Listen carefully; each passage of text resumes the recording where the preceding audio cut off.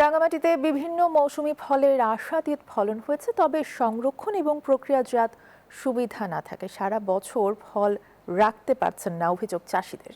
সুবিধা পেলে কোটি টাকার বেশি আয় সম্ভব বলছেন সংশ্লিষ্টরা। সম্ভাবনা দেখছে কৃষি বিভাগও।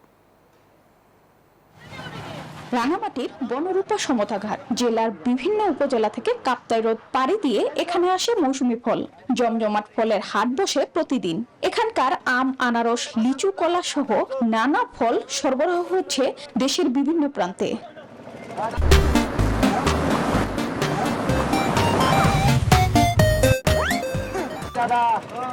শুধু ঘাট নয়, শহরের বিভিন্ন সড়কেও বসেছে ফলের অস্থায়ী বাজার। তবে চাষিদের অভিযোগ, খরা আর হ্রদের পানি কমে যাওয়ায় উৎপাদন ও পরিবহন চ্যালেঞ্জ বেড়েছে। সেই সাথে সংরক্ষণ ও প্রক্রিয়াজাত সুবিধা না থাকায় সারা বছর ফল রাখতে পারছেন না তারা। ন্যায্য দাম হইতেছে না, কি জন্য?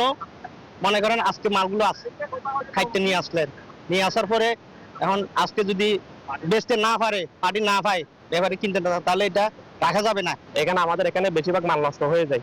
মাল নষ্ট হওয়ার মূল কারণ হচ্ছে যে আমাদের এখানে কোনো হিমাগার নেই। একটা হিমাগার থাকতো এখানে আমাদের এলাকায়, আমি ন্যায্য দাম পাইতাম। উপযুক্ত আবহাওয়া আর আধুনিক চাষাবাদের কারণে কৃষিতে অর্থনৈতিক সম্ভাবনা দেখছে কৃষি বিভাগও। আমাদের কিছু প্রশিক্ষণ মাঝে মাঝে হয় বিভিন্ন ইস্যু থেকে উপজেলাতে। আমরা সেখান থেকে কিন্তু চাষিদেরকে আমরা মোটিভেট করার চেষ্টা করি।